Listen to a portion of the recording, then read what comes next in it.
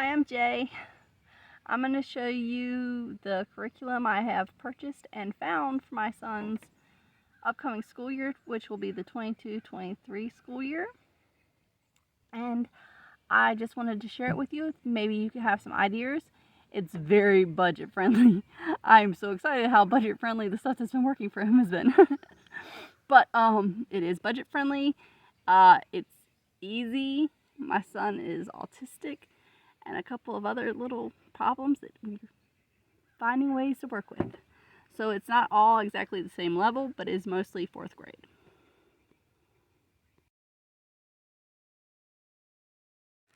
Our math for the upcoming year is the same math we used.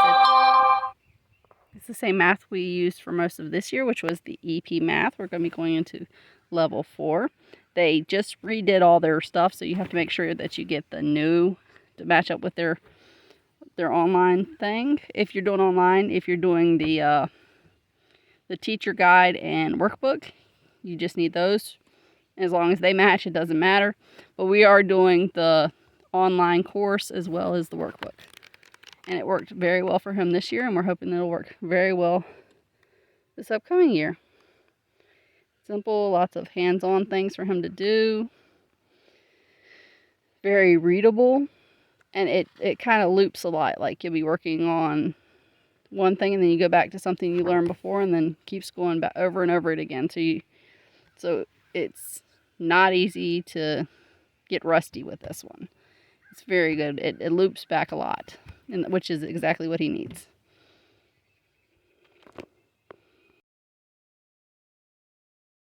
This is what we're doing for reading and writing this year. This past year we've done a lot of under the homes reading and writing, but I did like having an actual physical book, so not everything is on the computer for him for this. And a notebook, obviously. But it's very nice. This is Aesop's. The brand had biblical psalms, Bible stories. Also had classical novels like Charlotte's Web. Lots of options for, whatever fits your home and family and kid to hold their interest, to read the story, do the copy work. And I do plan to break this down to like 3 things. Like he can read it one day, practice writing the tracing, and then do his writing himself another time, because there's a lot of copy work and a lot of his curriculum this year. And that can be a little bit overwhelming sometimes, and that's okay. Plus, we will be using this for his spelling. So we will be taking words each week. We'll do one story and the copy work with it, but we'll also take words from the story each week, and then he'll write those down the first day, and then he'll copy them or write sentences with them every following day. So he will get plenty of writing in with this. This is the language arts program we have decided to go with. This is from Under the Home, which we printed out. I printed out the first week of all of his subjects to show you in this, but you can print out as you go or not print out at all. This is actually really flexible, and if you're just using online, it's really easy to just do it with a notebook, but we got a printer this year specifically for homeschool, so I figured I'd print out some of the stuff to go along with it this year. We're using their literary devices with poetry, and each month for like a 4-week lesson, the kids learn a different literary device: rhyming, alliteration, simile, metaphor, personification, foreshadowing, allusion, hyperbole, and onomatopoeia. And for each of those, we'll cover, I'm sorry, I don't speak too well today, covering poems by famous poets, and my son loves that. But it also helped him work out the lessons. And with each week, there's about 4 to 6 assignments. So again, narrate, write down with your own words what it is. Copy work, like I said, he has plenty of copy work to do, so just having that little book for reading and writing is a reason. Copy work for this. dictate, and device identification with this one. Yeah. Oh, okay. I wasn't sure if this one continued on. It did. Okay, and then we also have device employment and then draw the poem, which will be his favorite part because anything that incorporates art helps him learn things. And this program online will have the poem written as well as the LibreBox for your child to hear it read out to them. But it also has a lesson plan drawn up. So it's not just this. There's actually a lesson guide for the parent to use as well. And it goes into everything from how the literary devices work to facts about the poet that wrote it, and some map work, and it's really nice. Last year's was very heavy on the map work with this, but it's definitely more writing heavy this year, and that's good. He needs that. For history, we're also going to be going with Under the Home. These lessons are based, again, it's very literary based. This will be going through early American history. We actually covered a lot of world history this past year, so we're going to be concentrating on American history next year. This one is 36 weeks like most of the Under Home lessons. It's book-based, and it goes almost entirely... Sorry, I'm not speaking well. The digital book is free on Under the Home. Almost all of the Under the Home books and textbooks are free on the website. It's just digital, and it's really nicely done. It's underthehome.org, by the way. And with the history, you read the lesson, and then you have copywork, narration, dictation, and then some more map work. This one's a coloring one, and it is different every lesson. I just printed out the first week's lesson for all these, but it's the same general layout each week, just different items. But to go with that, and because my state requires a civics lesson, and I figured I'll pair civics and history together, we're going to be going over what is the Constitution as well this year, and I think that'll be fun for us to read together and include it in our history. Science, we actually do unit studies for science. This year I plan to do a genes and cells unit study for him, and we're also going to be doing a lot of theory and law unit studies. He's actually rather advanced when it comes to science, so we're going to be including science books and a lot of documentaries, as well as a little bit funner worksheets and art. This kind of stuff. And his free read stuff is almost entirely... Here we go. He will be allowed to do free reads, and these are some of the books that he enjoys the most. This is definitely more history, but you know. And science, inventors, and Benjamin Franklin, again, inventor and history. So that kind of just, those are his fun reads, so they kind of go both in science and history. All right, and for our read alouds or reading list to go along with our Under the Home curriculum, it's actually entirely on the website.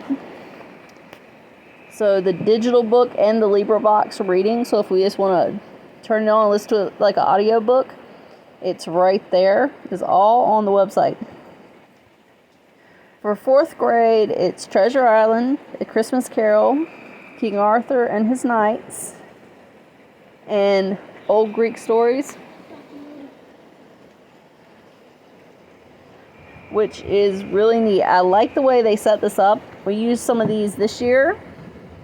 Really good.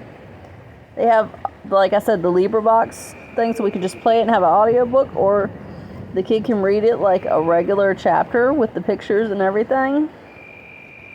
But my absolute favorite part of this is, yeah, they got the vocabulary like everything else on here, and enrichment activities if you want, but I am just using these as read alouds, except for the review questions. The review questions are absolutely wonderful for checking the comprehension of the story, especially with these older stories and these classics. Make sure your child understands what's going on. Yeah, it's a favorite part of my son's too, if you can hear him agreeing in the background. In the more extras section, we have art history, coloring a sketchbook, through Under the Home. Again, I only print out the first week. They actually are very extensive, and the different stuff they do each week is kind of cool. This one is the painting they're learning about.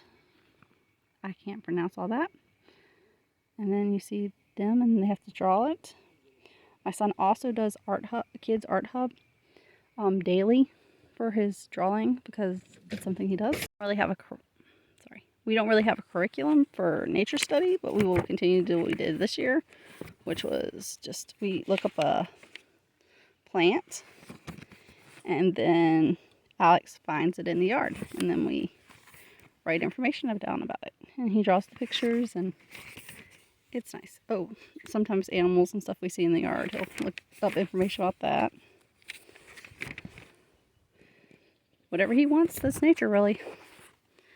And it's pretty fun. Another thing we don't really have a curriculum for, but we do is Bible. We try to read Psalms or Proverbs in the morning, and then he studies a Bible story in this, because he can read this himself and helps him remember it. And then he tells me about the story he read and what it means. And sometimes we'll look it up in the regular Bible and read that too, or depending on what he wants to do that day, as long as he is learning constantly about it. And as our supplement curriculum, we have Brain Quest. And just as like kind of a testing thing, I like to pull it out every now and then, see where we're at. Also, just like to throw in anything that's, if he's having an issue with one of his curriculums, we can use this as an intermediate. It also has a social studies, which we don't actually have or required in our state, but we cover civics and history, and geography usually comes up in our Under the Home. So, but it's still fun. And we use the Brain Quest quiz cards as a kind of impromptu carry in the car test, but we also use it as a game. We like to use it as a trivia game. His music extra credit, we are doing Under the Home again, but we're doing the 4th grade music, which is covering operas and ballets. It covers Hansel and Gretel, The Nutcracker, Swan Lake, and The Magic Flute over the 36 weeks. And I have looked up all the operas and plays covered, performances on YouTube, and have a playlist ready for him to watch it at the end of each unit. I would love to get him somewhere in person. He loves musicals and operas and ballets, but it's just not feasible where we are. But I do have the performances saved.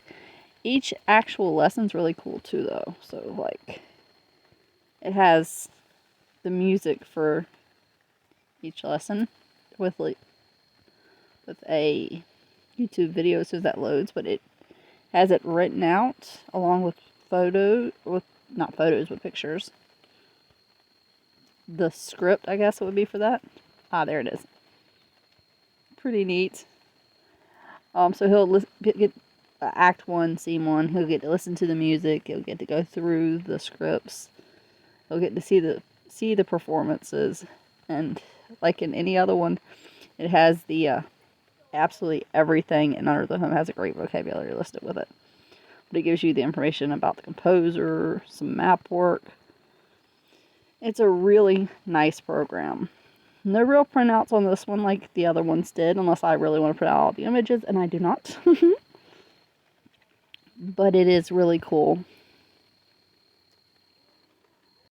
Another extracurricular that we really enjoy in our house is, and that we're doing next year, is Chess Kid. He's already played it some. He's up to Pawn 4. Wait, no. I think he's higher than Pawn 4. I don't know. That's the account that's open right now to show you this. I don't want to show his actual name on there because he does have a name. And cool enough, you get to play against other people. You get to do lessons and improve your skills. You get to watch videos. It has tournaments and all kinds of things, but it is child safe. Like, when they're playing against each other, they have a child safe chat, which means that the kids can only talk in emojis, which I think is kind of cool, but it's still interacting while you're playing. Anyway, so they can practice their good sportsmanship along with practicing. This is called KidsTube Japanese Vocabulary app, and we're gonna use this in our curriculum next year to help expand his Japanese. We were working on Spanish this year, and we're going to continue, but he asked to learn Japanese and kanji, so we're going to add that to our vocabulary. We have a different program for kanji, but I figured I'd show you this one for his actual vocabulary. It's got study, video Japanese, games, listen, and quiz, as well as we have a playlist of Japanese cartoon or American cartoons translated to Japanese on YouTube without subtitles, to help him practice and to hear it in a context that he already knows what they should be saying, but hear it in another language. Basically, some of the professionals on YouTube that study the language suggest that is an immersion technique if you don't have the opportunity to speak with native speakers, and I am looking into a way of finding a way for him to chat with native speakers safely, but it's mostly set towards adults, so we'll see how that goes. But he wants to learn Japanese, and so that's pretty cool. Okay, so that is what we plan to use for the upcoming school year. Thank you for watching. I hope it helped somebody. It gave you some ideas, or, leave some comments or let me know what you think. Thank you.